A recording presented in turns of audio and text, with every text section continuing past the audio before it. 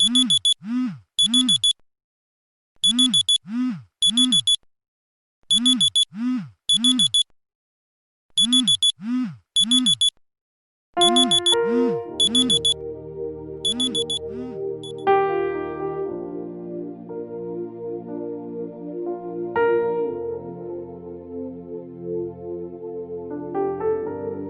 vous salue dans le précieux nom de Jésus. Je viens partager avec vous aujourd'hui un récit remarquable de la parole de Dieu. Il s'agit en effet de la femme à la perte de sang. Certainement, nous avons eu à entendre parler d'elle et probablement que nous avons lu et relu son histoire. Elle a tant à nous enseigner.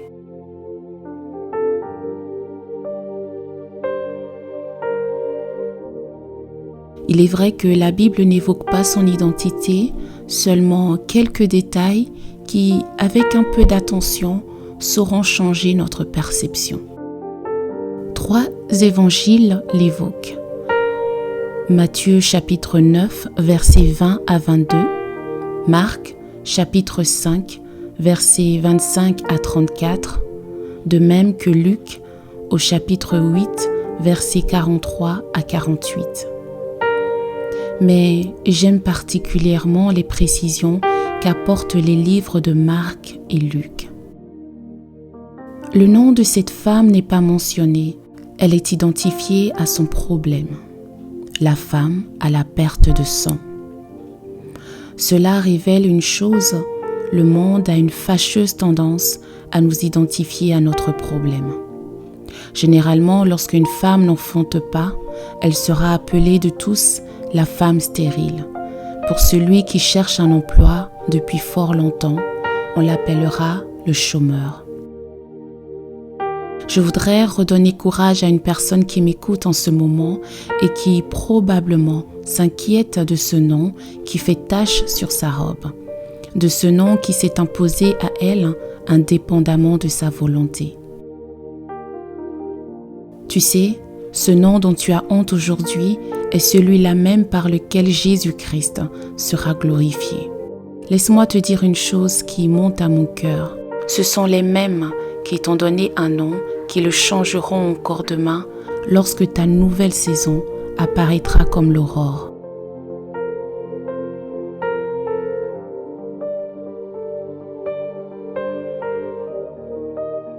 Concernant cette femme, il est dit qu'elle souffrait de perte de sang depuis 12 ans.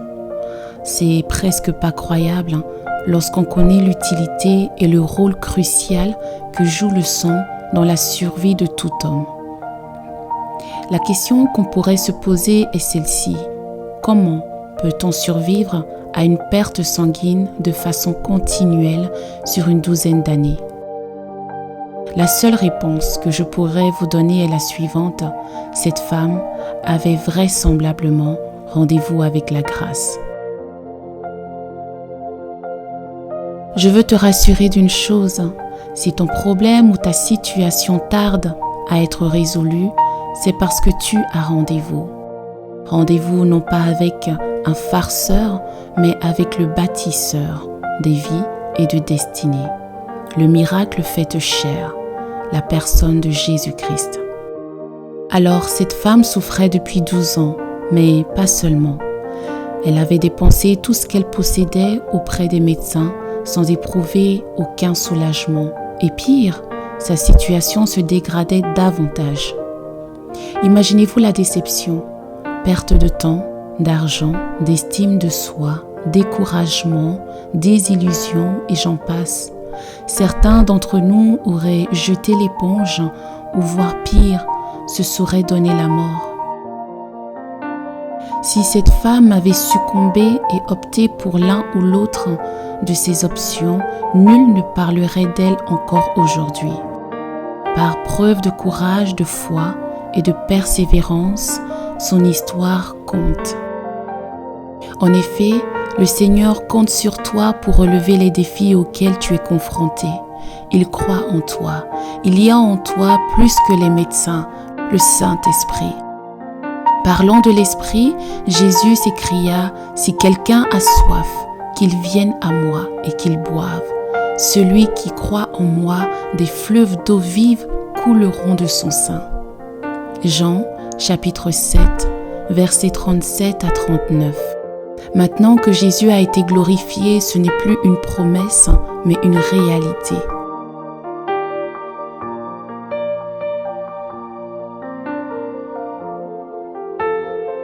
Voici, ayant entendu parler de Jésus, elle vint dans la foule par derrière et toucha le bord de son vêtement, car elle disait en elle-même, « Si je puis seulement toucher son vêtement, je serai guérie. » Quelle révélation! Souvenons-nous dans Lévitique chapitre 15 qu'une femme à la perte de sang était considérée comme impure et par conséquent était contrainte à l'isolement. Voilà ce à quoi la loi nous limite et c'est pourquoi Christ s'est manifesté.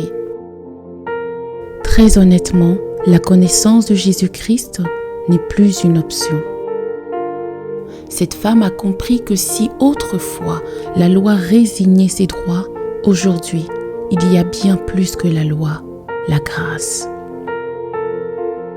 Alors oui, il te faut comprendre que les résultats de la loi ne produisent pas les mêmes effets que celles de la grâce. Sous donc quelle autorité viens-tu plaider ta cause aujourd'hui? Il serait également intéressant de se pencher sur le verset 21 de Matthieu chapitre 9. Car elle disait en elle-même, « Waouh, que dites-vous en vous-même? De quelles pensées vous vous êtes saturé?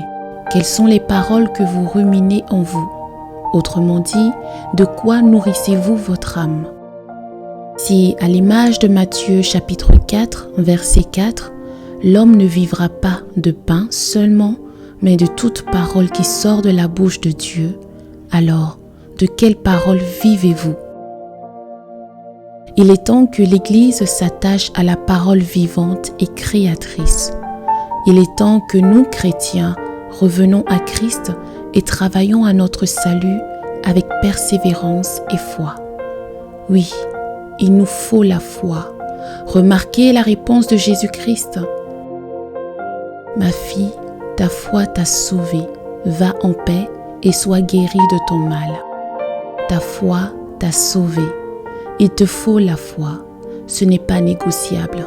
Venir à Christ parce qu'on a entendu parler de lui, c'est bien.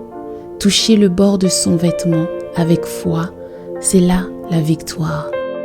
Alléluia.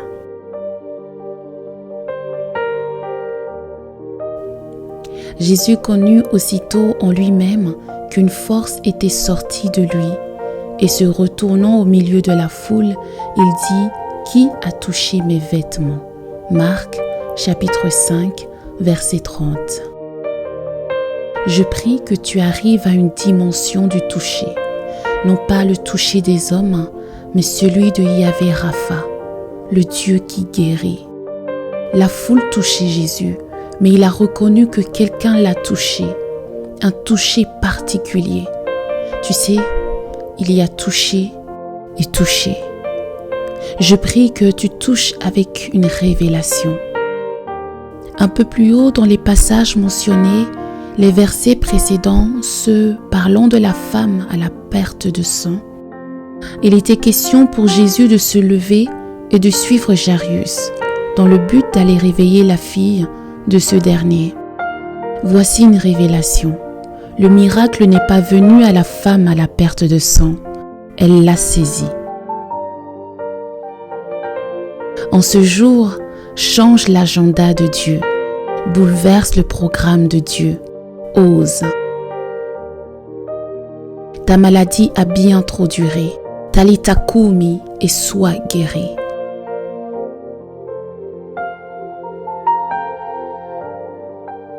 As-tu remarqué que la fille de Jairus avait 12 ans?